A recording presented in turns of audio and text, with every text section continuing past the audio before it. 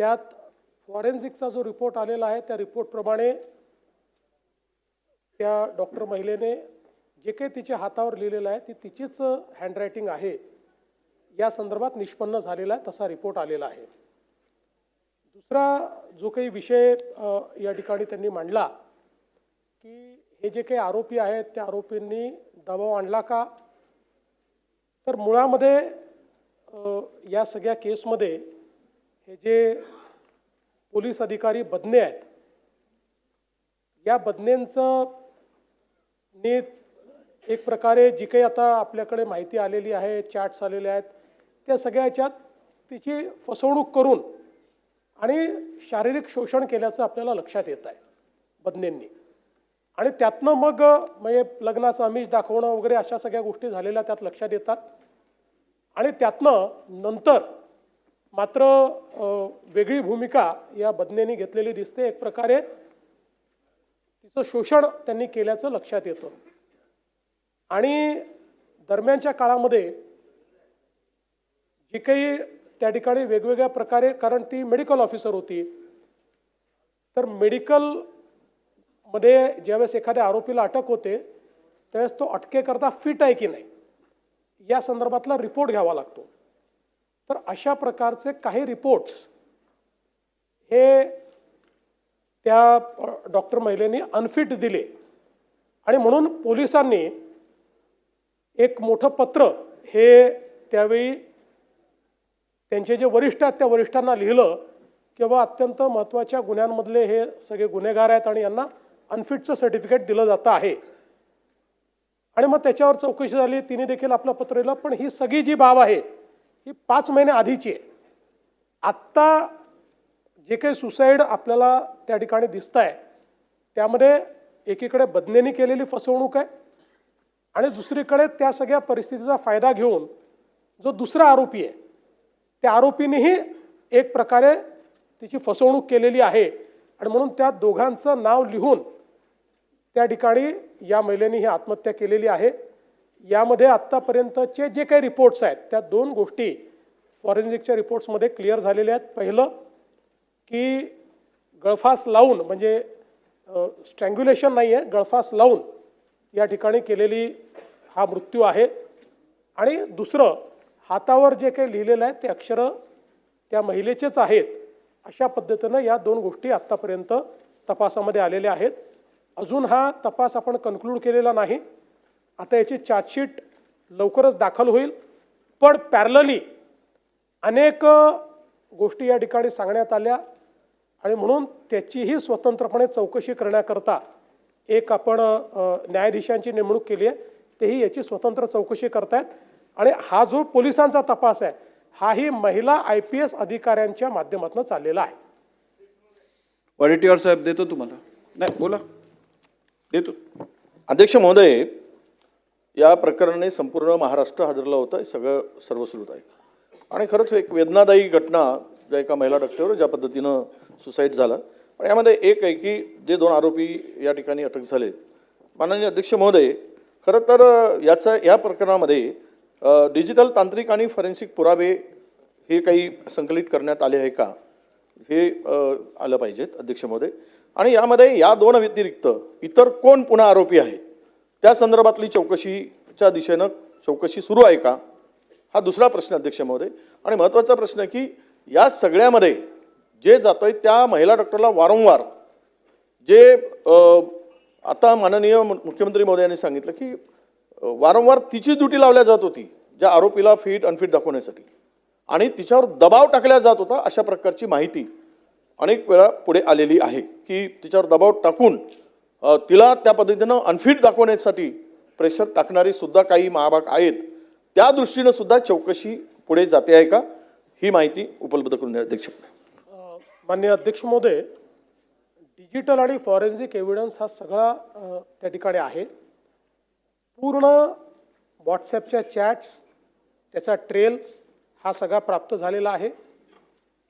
सदरू महिला डॉक्टर ही हॉटेलमध्ये त्या आल्या, आपल्या रूममध्ये गेल्या, रूममध्ये जातपर्यंतचे सगळे CCTV फुटेजेस हे पोलिसांच्या ताब्यात आहेत। त्यामुळे तिथे कोण आलाय कोण गेलाय या संदर्भातली माहिती आहे. तिथलं अलीकडच्या काळामध्ये अशा बाबतीत आपण नवीन कायद्याप्रमाणे सगळे फॉरेन्सिक एव्हिडन्स जमा करतो.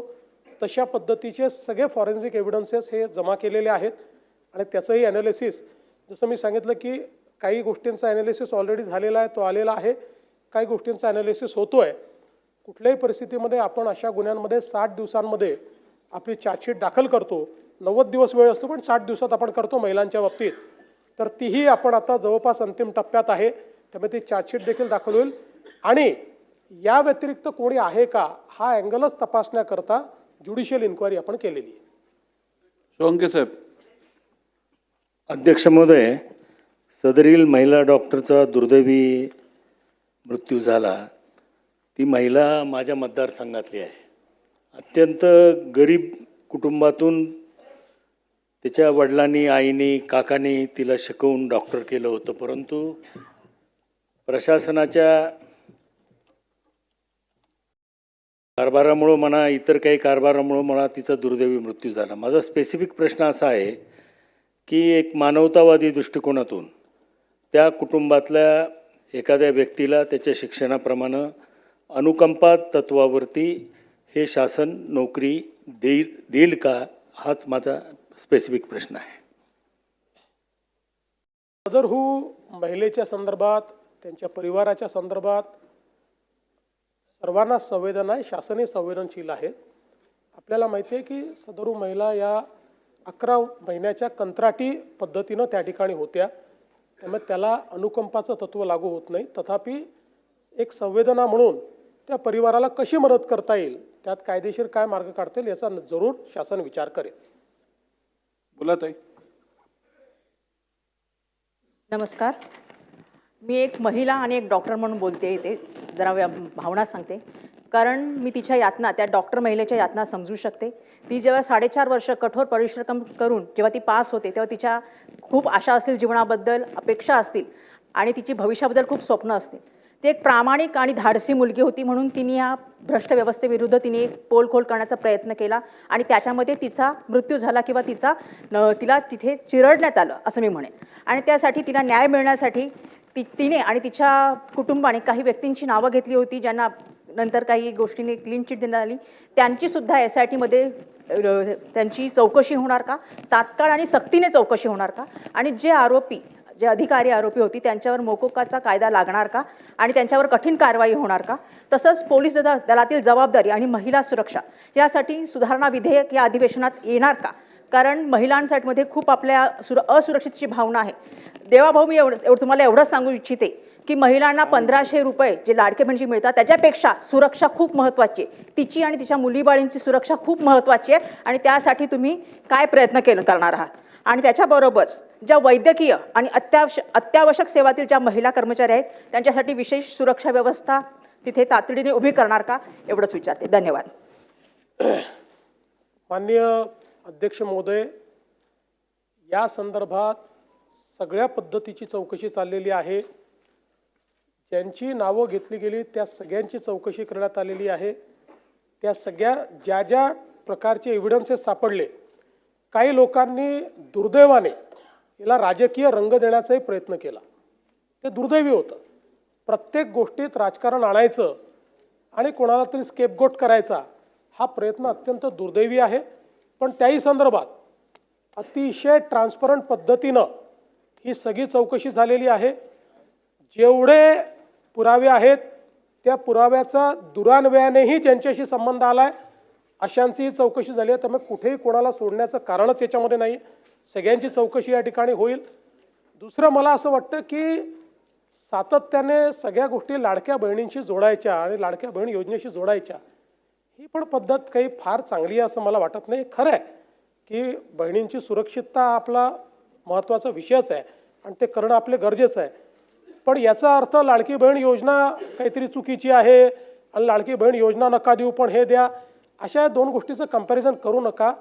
या महाराष्ट्रातल्या 2.5 कोटी लाडक्या बहिणींनी योजना स्वीकारलेली आहे. ती त्यांच्या जवळची योजना आहे. त्यामुळे ती योजनाही ठेवू आणि महिला सुरक्षिततेकरताही जास्तीत जास्त प्रयत्न हे आपण या ठिकाणी निश्चितपणे करू, हेही मी ताईंना सांगतो. आणि त्यांनी जो मुद्दा मांडलेला आहे तोही महत्त्वाचा आहे की ज्या अशा प्रकारे नोकरी करतात, व्यवसाय करतात किंवा ड्युटी करतात, अशा महिलांच्या सुरक्षिततेच्या दृष्टीने आपल्याला अधिक सजग व्हायची आवश्यकता आहे. तर मला आपल्या लक्षात आणून द्यायचं आहे की आता जे नवीन केंद्र सरकारने 3 कायदे तयार केलेले आहेत, या कायद्यांमध्ये याचं विशेष लक्ष देऊन अशा पद्धतीचे जे काही ऑफेन्सेस आहेत किंवा अशा पद्धतीचं ज्या अडचणींना महिलांना सामोरं जावं लागतं त्याबद्दलची शिक्षा देखील आता कडक करण्यात आली आहे. 13 मिनिटं झाली आहेत, आपण या प्रश्नावरती बोलतोय. पुढे जाऊया आता, पुढे जाऊया. तुमच्या तिघांच्याही वतीने सुनील प्रभूंना शेवटची संधी. अध्यक्ष महोदय, तिघांच्या वतीने त्यांना ज्या सांगा ते प्रश्नावरती आपण बोलतोय, महिलांवरती होणारे अत्याचार, त्यानुसार मी काल आपल्याला एक पत्र दिलंय आणि पुणे येथे कोरेगाव अक्षय स्मृतीमध्ये राहणारी सिद्धी गंधारे नावाची सातारची मुलगी ही IS कॉलेजमध्ये ब्युटिशियनचा कोर्स करत होती, PG मध्ये राहत होती आणि तिने आत्महत्या केली असं पोलिसांनी लिहिलं. पण त्यांच्या कुटुंबियांचा संशय आहे की हिला त्या पद्धतीने मारलं गेलं आहे, याच्या पाठीमागे कोणातरी षडयंत्र आहे आणि म्हणून तिची SIT चौकशी व्हावी म्हणून मी काल आपल्याला पत्र दिलं. यावरती कारवाई होणार काय हे मी आपल्याला विचारू इच्छितो. माझी सदस्यांना विनंती आहे की देणारं उत्तर नीट ऐकून घ्या. तेच प्रश्न रिपीट होत आहेत, त्यावर पहिली उत्तर दिलेलं आहे. सन्माननीय सुनील प्रभू साहेबांनी या प्रश्नापेक्षा वेगळा प्रश्न विचारला, पण तोही महत्त्वाचा आहे. निश्चित त्याची सखोल चौकशी केली जाईल. पुढे जाऊया. नानाभाऊ, आता अध्यक्ष महाराज, माननीय मुख्यमंत्री महोदय म्हणालेत की याच्यावर सगळं राजकारण होतंय आणि राजकारण लोक करतात आहेत. कोणालाही या प्रश्नावर राजकारण करायचं कारण नाही.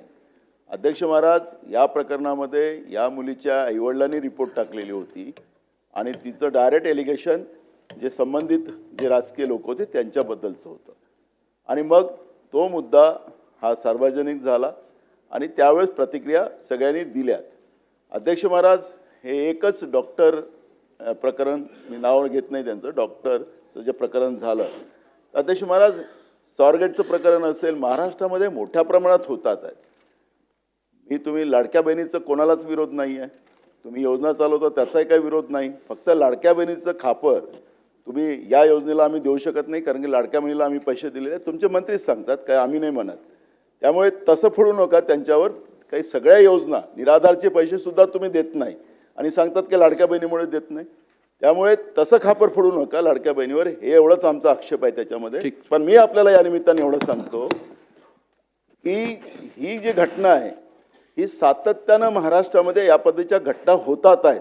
हे तुम्हालाही नाकारता येत नाही आणि आम्हालाही नाकारता येणार नाही.